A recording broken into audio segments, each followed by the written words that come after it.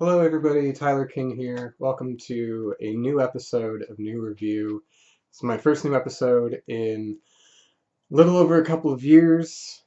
Sorry about that if you've subscribed and you were waiting for me to finish up those Peter Murphy album reviews, which are coming. Do not worry, I do plan on finishing that up pretty soon. Uh, I have been busy over the last couple of years. I went on a couple of tours in 2019. Didn't go on any tours in 2020, but I stayed busy writing a lot of new music, which is going to be released pretty soon. And I figured that now that I have more time to myself to not focus on my artistic endeavors, now's a great time to resurrect the channel. And so thank you everybody who has waited a long time for this new video. I appreciate your patience. I figured a really fun way to get back into doing these videos would be taking part in the Vinyl Tag 2021. And what that is it's a series of questions that are given to the YouTube vinyl community, of which there are definitely channels that I subscribe to that have done this, and despite the fact that I'm about a month late, uh, better than 2 years late, I figured that, I would throw myself into this and join into the conversation, and I hope that you enjoy what I'm about to talk about, which is just going to be me geeking out about some of my records, of which you can see some of them back here. So without further ado, let's get into the Vinyl Tag 2021 questions. Question number one is a discovery in 2020.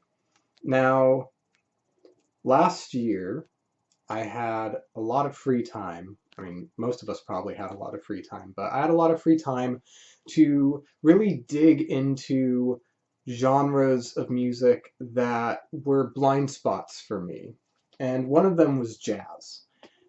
And from that, I've discovered that I really enjoy Miles Davis.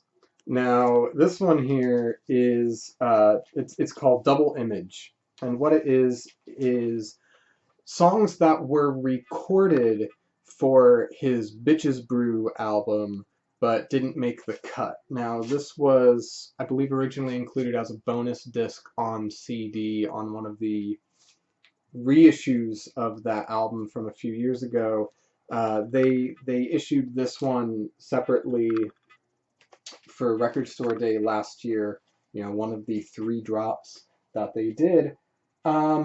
If your concept of jazz is, what you might hear playing in the background of a coffee shop, I would very much recommend checking out Double Image or checking out the parent album Bitches Brew, because it's definitely a very different sound from what you would expect. The next question is a quarantine buy. And I gotta be honest with you, I bought a lot of records in quarantine. I'm still buying a lot of records in quarantine. But for me, one of my favorites that I had grabbed, which at the time, again, was another blind spot for me, was the We Want Sounds reissue of Left-Handed Dream by Ryuichi Sakamoto, mostly known for either his work in the band Yellow Magic Orchestra or as a soundtrack composer, particularly the films Merry Christmas, Mr. Lawrence or The Revenant. On here, it's just full-on experimental art pop, synth pop. He has Adrian Belew on guitar, who's played with King Crimson, Talking Heads, Frank Zappa, Nine Inch Nails, David Bowie.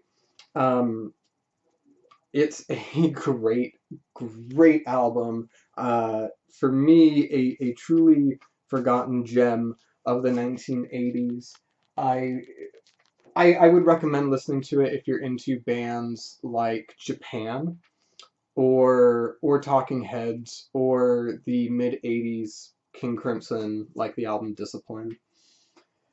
Next question is an LP you want to find in 2021. Now, my initial answer was going to be the score for the film Only Lovers Left Alive. However, yesterday, Sacred Bones Records announced that they are doing a reissue of that, so I jumped on that as soon as I got the email, got the deluxe version of it, so that's going to be coming in the mail in May.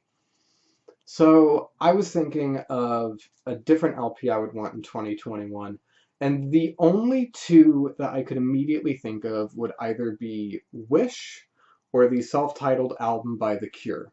And the reason being is that those are the only two Cure albums I don't have yet on vinyl.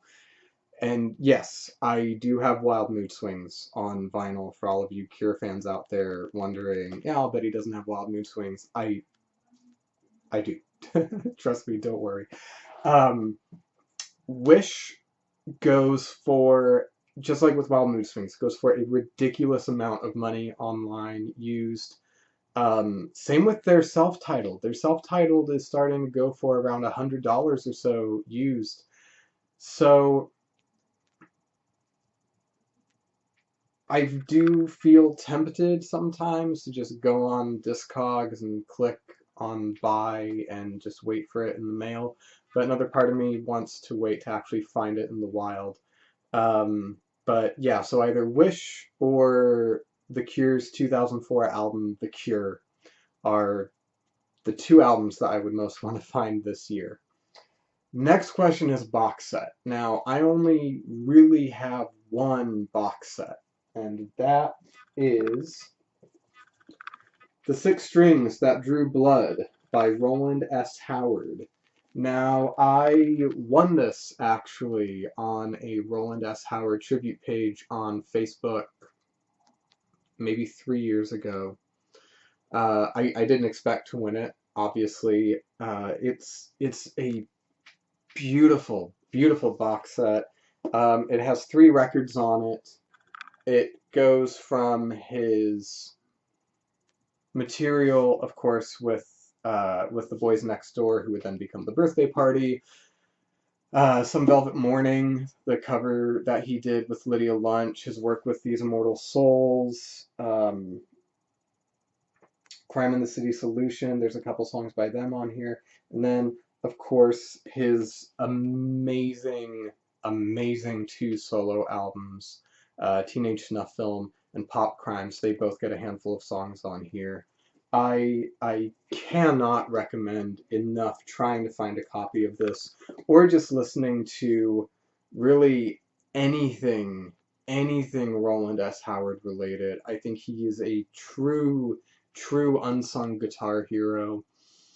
He is starting to get his due now, which, you know, is unfortunate because he has passed away.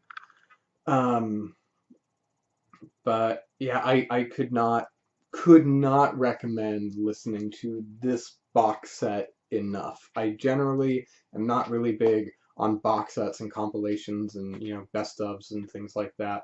But the great thing about this box set, I think, is that it doesn't act as a greatest hits. Like, if it were going to be a greatest hits of the Birthday Party, you know, you'd probably have something like, you know, just Junkyard and Nick the Stripper and Release the Bats, but instead it really focuses on the songs where you can hear his evolution as a guitar player. And yeah, I, again, cannot recommend it enough. Six Strings That Drew Blood by Roland S. Howard. The next album is a concept album. And this is one that I struggled with a bit because there are a lot of obvious answers, like, you know, The Downward Spiral by Nine Inch Nails, or any of those 3 Machine trilogy albums by Gary Newman, or something like, you know, Sgt. Pepper's Lonely Hearts Club Band by the Beatles. But I decided to go with, and you know, this is the hill I'm going to die on, Electra Heart by Marina and the Diamonds. I really love this album. It's essentially, it's almost like you're reading diary entries by this character called Electra Heart. who is this, like, a valley girl who experiences love and loss, but they're all very much blown out of proportion over the course of this album. I think it's great. I really do think that Marina and the Diamonds' first two albums, so this one and the one before this one, The Family Jewels, I think that they're two of the best pop albums to come out, I would say, over the last decade. Her last couple of albums, I don't think, have captured the same essence that the first two did. Supposedly, she's finished up her fifth album, so I'll check it out. I really hope it's as good as this one.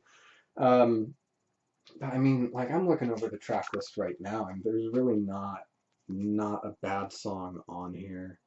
Um, yeah, I would really really recommend listening to this one, Electra Heart by Marina and the Diamonds. The next question is an album where the artist or band changed directions. And if you've seen my previous videos, you know I love Gary Numan. And so it was, of course, inevitable that he would end up on here. Now, which evolution or, change of direction would I feature? And for me, there was only one answer, which was going to be his album Sacrifice. Now, Sacrifice is the album where I think Gary Numan really came back into his own, following arguably the two worst albums of his career, which are Outland and Machine and Soul. He was very much stagnating. He'd gone into full synth funk, lots of female backing vocals, lots of saxophones. Everything just felt very, what's the word I'm looking for? It felt very sterile, and there wasn't a lot of emotion in what he was doing. And then he came out with Sacrifice, and this is him doing almost all the instrumentation himself, going into full industrial mode. You can definitely tell that he was listening to stuff like early Nine Inch Nails, Songs of Faith and Devotion by Depeche Mode, which are two influences that he himself has noted on in very many interviews whenever he talks about his change of direction. I do think that it's a shame that this album is so hard to find. It goes for over $100 used on Discogs. I was lucky enough, I think in 2017, I found a copy of it. This copy, obviously, I found it at the Rasputin Records in Berkeley for $40. And at the time, I thought, hey, this is a lot. But I also knew that, like this is an album of his. It's not on streaming services. So if you want to listen to it, you can definitely find it on YouTube. But if you want to find it on Spotify or Apple Music or Google Play, stuff like that, you can't do it. Which is a shame, because for me, this is easily, I mean, it's probably top 5 Gary Numan albums for me. And, if you've seen my videos, you know how much I love Gary Numan, also how much I don't like some of his stuff. But, I mean, any song on here, I'd say is worth listening to. Also, this comes with a bonus 7-inch inside, which has the regular version and the extended version of the song Seed of a Lie, which is track 10 on the CD issue of this, which even the CD issue of it is hard to find. And later on, there's a question of an album that I would want to see issued this year, and I really wanted to talk about this one, but it's already been pressed. But I really do hope that he does a repressing of it soon, because it's kind of a lost album of his that I really do wish more people were aware of and more people listen to. The next question is a white label promo. Now, I have a few, and most of them I got in a record haul that somebody gave me I did a video on it a couple of years ago. Essentially what happened was I used to work at Best Buy, and I have some tattoos of Susie Sue, Gary Newman, Robert Smith, Peter Murphy on my arm. And I had a customer ask me, hey, is that Susie Sue? And I said, yes. And we started talking about music, and they said, they asked if I listened to records. I said, yes. And he said, well, if you're interested, I have a few records at home. If you want, they're all yours. And I said, yeah, sure, whatever. Okay, cool. I'm thinking he has maybe 40 records, tops, right? And so I end up going to his house the next day to pick them up, and he ends up gifting me about 250 records. And in that record collection was a lot of Erasure. I'm not the biggest Erasure fan in the world. I think they're fine. They have a couple songs that I think are absolutely phenomenal, but overall, I'm not a really big Erasure guy, you know? But in that Erasure collection were some white label promos, of which I think this is I think this is the coolest one. So this one is Ship of Fools. It's the single. And the reason why I think that this white label promo is the coolest one is because upon taking it out, and I looked it up, these are legit. It is signed by Vince Clarke and Andy Bell. Now, unfortunately, it's not the record itself that's signed. That's kind of funny. It's the sleeve that's signed. So, yeah, I think that that's kind of funny. But yeah, so here's the white label on the back to show that it is, a white label promo. Don't come hunting for me saying, oh, you didn't show the other side of it. Yeah, and also, I mean, like, there's a test pressing of The Innocents in that collection. It was just insane. It was a once in a lifetime collection. Yeah, so that's the white label promo, Ship of Fools by Erasure. Next is a compilation album, and this is another one that I struggled with a bit. I very much did not want to include the same artist twice on here, so that eliminated Photographed by Gary Newman. And there are a lot of compilations by the artist who I chose that are much more well-known and have more hits on them. And the one that I went for is Bowie Now by David Bowie. And what this is, now this is the Record Store Day repress, but what it is essentially is a compilation that was given to, I think, radio DJs in Los Angeles in 1977, late 1977, early 1978. And what I love about it is that it only focuses on his two most current albums at the time, which are Low, which is my absolute favorite David Bowie album, and Heroes.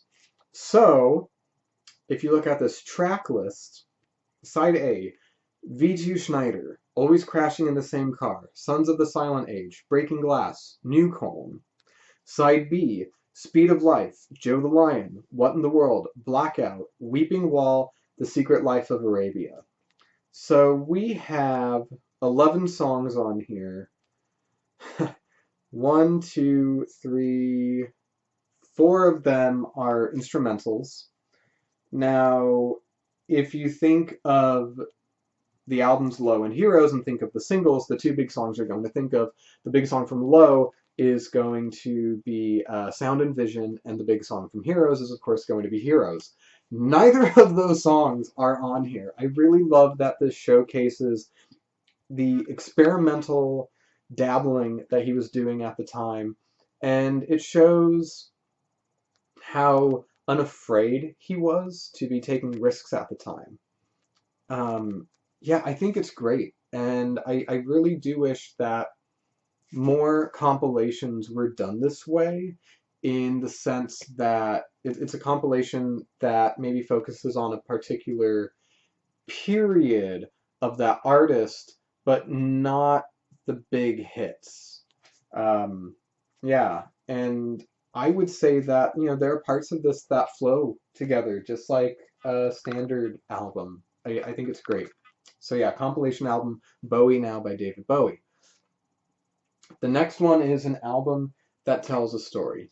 So I'm going to start telling the story first, and I'm going to try to tell it quickly because this video is already getting long and I'm only about halfway through the questions, and it generally is a long story. Basically, I went to college down in Los Angeles. I live in the Bay Area, California. I went to college down in LA. One of the classes that I took was on film studies, and there was the professor that I had was a very big David Lynch fan. And I remember that there was an option one week. He was either going to show the class Mulholland Drive or Memento. And I very much championed for him to show Mulholland Drive. He ended up showing Memento. So what I did is during the break in the class before we watched the movie, I took about half of my class out of the class, went over to one of their apartments, and I showed them Mulholland Drive. And they were, I mean, I don't think any of them had seen anything like Mulholland Drive. So about 2 months later, David Lynch released a new album called The Big Dream, and he was doing a signing for it in LA at the Amoeba in Hollywood. And so I went and bought the album, and he signed it. You can see his signature right there. Sorry, I'm getting used to this camera. There we go, right there. Signed by David Lynch. I very quickly told him that same story that I just told, and he looked at me and said, I'm going to try to do a David Lynch impression. He said, well, you made the right decision, son. I was floored. I thought it was great. I ended up having another class with the same professor a couple semesters later, told him that story. He said, well, if David Lynch said that, you did a good job. I know, I can't be mad at you. And unfortunately, a few months after that, it turned out that professor, his name was Bentley Tittle, had been battling brain cancer on and off for the last 10 years or so of his life. He never told any of us. And yeah, he ended up succumbing to it. So every time I listen to that album, The Big Dream, I invariably think of him. And, he really reignited my love of film. I mean, besides music, obviously music is my big love, film is a very close number two. And yeah, I really have him to thank for it. And so yeah, when I listen to that album, I think of him, and I think about that spark that he lit for me. So yeah, an album that tells a story. That was it, The Big Dream by David Lynch. Which again is not a common album. Speaking of, this next question is, let me see, an album that needs a vinyl pressing. I think an album that needs a vinyl pressing, I might have a CD of it. I do. It is Still by Nine Inch Nails. Now, Trent Reznor and Nine Inch Nails have been going through their catalog and reissuing and remastering all of their old stuff on vinyl, which I think is great. Particularly if you're a fan of stuff like The Fragile or With Teeth or Year Zero, where that stuff tends to get really pricey if you try to get an original copy.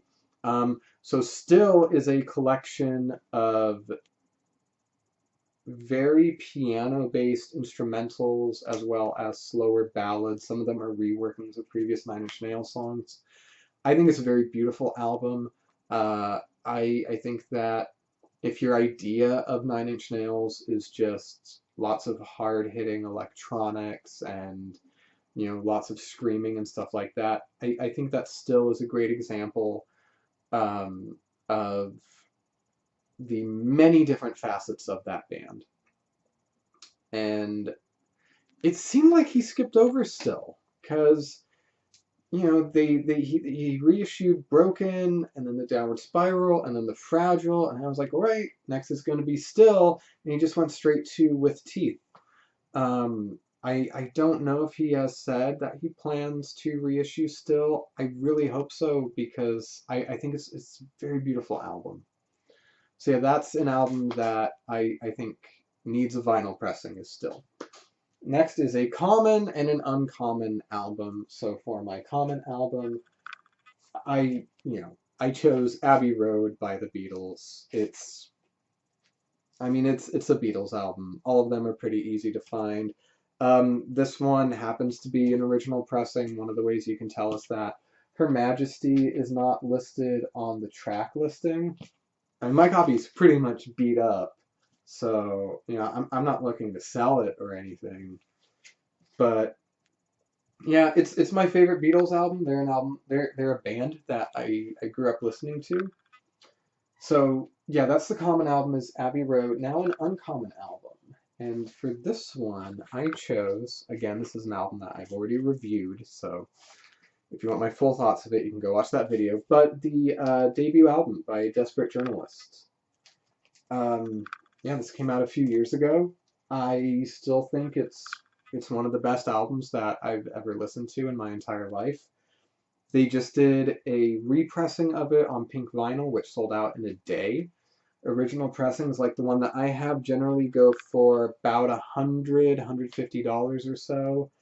Um, yeah, so that's the Uncommon album. Is the first Desperate Journalist album.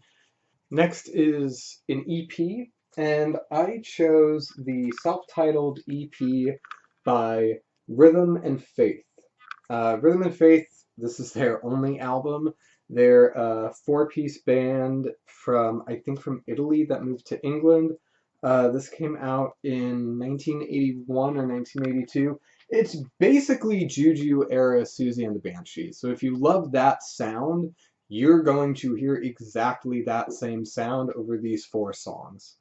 Um, and yeah, I mean all four songs on here are great.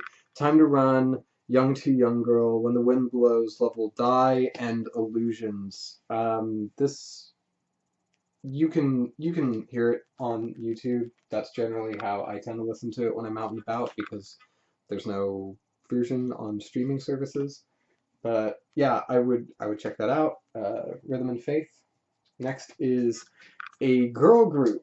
So I decided to go with one of the heavy hitters from that genre, the Shangri-Las.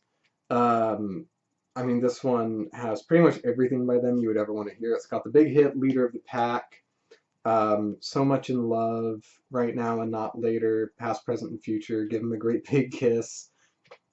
Um, it's just, I, I think that the Shangri-Las are the best girl group of all time. You can go ahead and fight me over that. I will die on that hill. And yeah, if I am in the mood to listen to an album by a girl group, I'm going with the Shangri-Las. Next question is an album cover you love. And for this one, it was between two albums by the same band. It was either going to be Violator by Depeche Mode or the one that I ended up choosing, which is A Broken Frame. And the reason why I ended up choosing this one is because this is an actual photograph, whereas with Violator, it's a bit of iconography done by Anton Corbijn. And the photograph on here by Brian Griffin, I just think is absolutely phenomenal. There's a reason why it's won a ton of awards. Um, I It's just such a work of art. This is something that you could put on your wall, and people would think that you're a purveyor of, fine art, fine photography. Next question is an album that you've listened to the most. And for me, that was a pretty easy pick. Lost Themes by John Carpenter. I cannot tell you how many times I've listened to this album since it came out in 2014. I was so excited when it was announced. I've seen him live now twice. His new Lost Themes 3 just came out. about a week ago now. Um, yeah, if you like horror synth or progressive electronic or any of his film soundtracks, you're going to like this album. And speaking of soundtracks, the next question is an album you had to get an original pressing of, and that for me was Jerry Goldsmith's score for Alien. I know that either Waxwork or Mondo have done repressings of it within the last 4 or 5 years, and I'm sure that they're great, but for me in particular, I really wanted the original pressing of this one. I just think it's such a great score. It's a very undervalued score. It's not bombastic like I think it was James Horner who did the score for Aliens. It's more tense and dreadful and almost avant-garde in some areas. I think it's phenomenal. Yeah, I, I I love that movie and I think that the score is great. Next is the last album you purchased. So actually yesterday, I went and bought a whole lot of albums because one of the local stores nearby, Up the Creek Records in Walnut Creek, was doing a sidewalk sale, $12 records. And for me, I was thinking, well, I'll probably get some stuff that I already know I like, and I'll probably get some stuff I've never heard of. Worst comes to worst, I've only blown $12.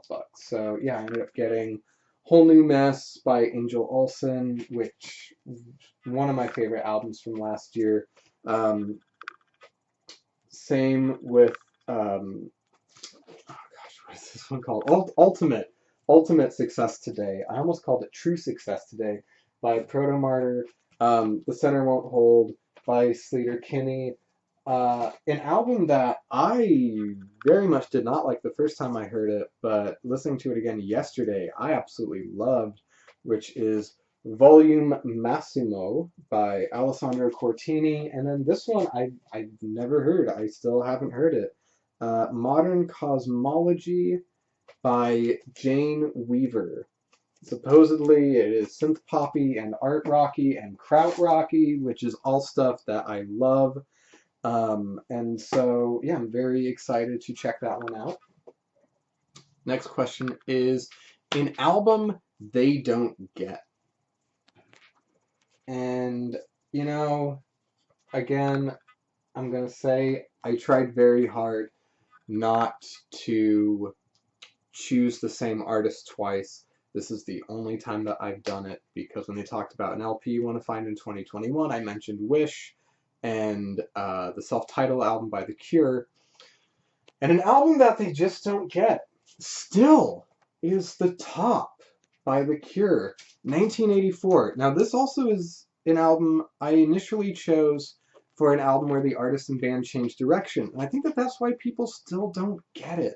Because right before this, The Cure was dark and depressing and moody. They just done 17 Seconds, Faith, and Pornography. Three of the bleakest albums in their discography. And then, it's just Robert Smith and Lol Tolhurst and Andy Anderson, and they go and make a weird, messed up, post-punky neo-psychedelia album.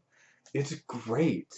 It has some of my absolute favorite Cure songs on here. Shake Dog Shake, Wailing Wall, Banana Fishbones, Piggy in the Mirror. The title track, The Top, I think is easily one of their 10 best songs.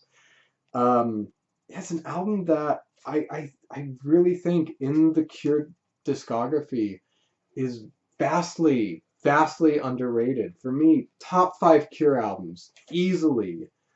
The Top by The Cure. They just don't get it. They just don't get it. I wish they would. Next question is a punk album. And I chose, and I'm probably mispronouncing it, Kriegshog by Kriegshog. This is Japanese hardcore punk. This is as fast and noisy and just heavy as it gets. They're just, it even says here in the corner, play loud and die. And that gives you an example of where this band is coming from. It's it's a very fast listen. I would highly recommend checking it out if you like punk music and you have not listened to them. And the last question is favorite 2020 reissue. So for this, I chose 4 different albums, and I'm going to explain why. Um, Last year, Sacred Bones. I know I've mentioned them a couple times already, but that's because they're such a great label. Mentioned or announced that they were going to be reissuing and digging deep into the archives of electronic musician Mort Garson. Now, Mort Garson is most known nowadays for his album Plantasia, which was an album made with the purpose of playing it to your plants. Supposedly the plants liked it. Hey, it was the 70s. It was a different time. And included in those reissues was a compilation album which focused on unreleased material as well as just material of his that went over some of the different monikers that he released music under, because he didn't just release music as Mort Garson. And along with those reissues was a brand new 45 RPM audiophile remaster of Plantasia, remastered from the master tapes, the original master tapes, along with the film soundtrack Didn't You Hear, which was only released in the lobby of the theater that showed this, which it was either in Seattle or Portland, I forget which one. Next we have Black Mass by Lucifer, in which he dabbles in the occult, and then finally is The Unexplained by Ataraxia, which isn't him dabbling in the occult so much as it's more like mystic and esoteric sorts of things. And just real quick, if you'll indulge me for a second, Sacred Bones did a great job with pressing these on colored vinyl. So I'm not going to pull out all of them, but I just wanted to show you Didn't You Hear, because this is probably my favorite. I'm not sure how well it will show up, but it is, it's not showing up too great at all. It's Black and Gray Swirl, I believe was the actual title of it. Let me see. Sacred Bones, mail order exclusive, Silver and Black Splash. But yeah, they all sound great. I love that they included the original labels in the middle from when they were first issued. I mean, Sacred Bones, they really did their homework with these issues. Like for the Black Mass one, for instance, they included the original booklet that was written by an actual researcher of the occult, and so each song correlates with a different theme of the occult. And yeah, so those were my favorite reissues of 2020.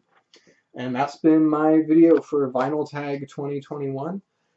I want to thank you everybody for watching this whole video. I want to thank everybody who has watched NuReview while I was doing it in the 2 years between when I stopped doing it and now. I do promise I'm going to finish those Peter Murphy review videos as soon as I can. In the meantime, there are some other videos that I do plan on doing, and yeah, I just want to say thank you again, everybody, for keeping the channel alive. I still get comments on, the videos that I put up years ago, and it's just such a rewarding feeling knowing that there are still people out there who care about my ramblings about new wave and post-punk music. And yeah, because it doesn't really seem like there are a lot of people in the vinyl community on YouTube who are into that kind of music. And so I hope that I can be, you know, somebody in the vinyl community on here who you do enjoy hearing about in terms of, you know, post-punk, new wave, synth pop, stuff like that, because that's really where my heart is when it comes to music. So again, thank you everybody for watching. That was Vinyl Tag 2021. This was Tyler King with NuReview. Thank you again. I will see you next time.